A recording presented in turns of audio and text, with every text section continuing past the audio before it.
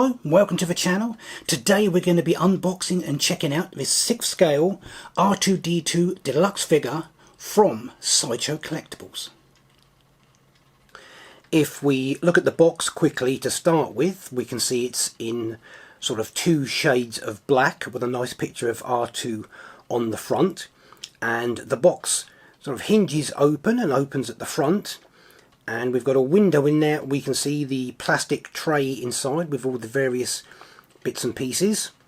And we can of course slide the plastic tray out and just take the lid off, and we get a better look there at R2 and all the various bits and pieces which are included. So if we take a look at R2 himself, I have to say it is a very nice figure. And as you look round it, you've got all the various details and panels, etc., that you would expect to have on there. If we start up at the dome or the head, we can see it has a variety of panels, displays and projectors up there, all of which are kind of movable.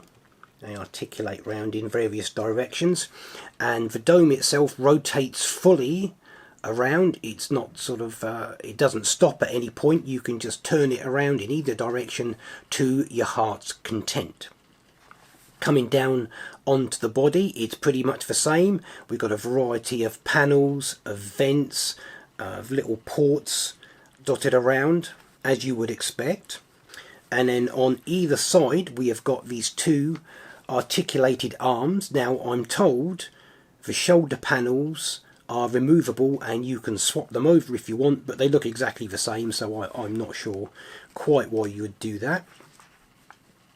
And down at the bottom we have the feet with all the detailing you would expect to have there, the little tubes and various bits and pieces. And of course there is a 3rd foot which is retractable and is hidden in the base of the body, and that just clicks in and out. You just press it and it will click and pop out of the body, and then you can put it into whatever position you want. And to put it back in again, you just push it back up into the body and it will click back in place. And the feet all hinge backwards and forwards a certain amount so that it doesn't have to go on an exact flat surface. Now if we look at the body at the front, I did mention it has a variety of panels, and it has 6 panels which open up, and how they open up we will get to momentarily. But we have these 2 weird shaped blue panels at the top, and we have 2 longer panels on each side, and then a medium-sized panel and a smaller panel, and these all hinge outwards. Now moving on to the extra bits and pieces that we get with the model, we have firstly got Luke Skywalker's lightsaber. And not only does this look very nice, but the lightsaber also includes a magnet, and this is what we use to open up these panels on the body. We just use the lightsaber like a little magnetic wand, attach it to the panel and just open it up. Now in addition to that, there is a little lightsaber port in the top of the head. You'll remember the scene from Jedi where R2 has Luke's lightsaber hidden in his dome, and he fires it out towards Luke. Well, we've got a little panel which pushes down and moves to the side and is spring loaded, and we can pop the lightsaber in there and it will just sit in place, being held there by the panel. And speaking of magnetic, the lightsaber's not the only magnetic item we have. We also have a restraining bolt which is also magnetic, and which therefore you can just magnetize onto R2's body should you so wish. Now moving back up to the dome, as well as the lightsaber panel, we have a couple of others. We have the scanner and the periscope. Now the periscope, you just basically push the panel down and it pops up, whereas the scanner one, you push it down and it clips open and hinges backwards, and they just pull up and you turn them into place. Now I have to say I found these to be a bit fiddly. The periscope's not too bad, that just pops up and you pull it up. The scanner is quite tricky to get hold of, I found, and I ended up using a pair of tweezers to pull it all the way out. And then with both of them I found you have to turn them and get them in the right place to get them to stay up. If you leave them where they are, they just slide back down into where they were. Now, in addition to these, we've then got a variety of additional arms for R2. We have got his computer terminal arm, we've got his power charge arm, and we've got his grasping arm. Now these all fit into place inside the panels on the front of his body. So you open the panels up and there are places for these arms to slot into.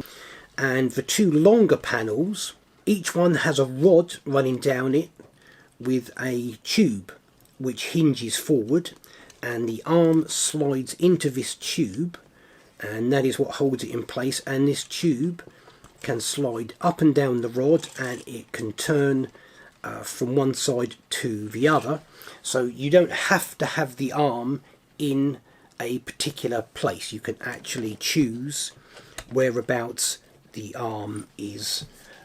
And next up we have, if you remember the scene where he's on Jabba's barge and he's running around being a waiter with a little tray of drinks, well, we have the multi-tiered serving tray with the two shoulder supports. So these just sit on top of his shoulders and the tray sits on top of those. And we also have a set of glasses to go with it, all of which look like they've got some disgusting green liquid in them. No idea what that's meant to be. And then just to finish this particular feature off, the very top of R2's dome also opens up, revealing a socket into which you can put an articulated serving arm. And this has a couple of joints on it as well as some tubing. So again, you can put this into whatever position you want to put it into. We then go on to one of the other features of the figure. The dome itself can be removed, and if you look on the underside of it, there's a little battery compartment with a switch, which is for the dome's light up features. And you just press a little panel on the front and that sets off the light up feature, which lights up a variety of panels on the front, which I've no idea what they are, with one exception, but these are apparently, or include, his logic function display, his processor state indicators, and of course the one that I did know, his holographic projector. In addition to all these bits and pieces, the extra item we get is this weird mushroom looking thing, which is of course Obi-Wan Kenobi's table. And again, this has a little battery compartment with it, and the very centre of the table can be removed, again revealing a little socket there, into which we can plug this little blue figure of Princess Leia. And if you push down the appropriate attachment to the table, whatever they're meant to be, these taps or whatever they are, this will light up Princess Leia's hologram. So we can then stand the table with the lit up hologram and R2 with his lit up holographic projector together and recreate that particular scene from the film. So I think that pretty much covers everything we get with this particular figure, although I will also mention the feet do also all have wheels on, so you can wheel R2 about backwards and forwards if you so wish. So having gone over everything included, let's take a little closer look.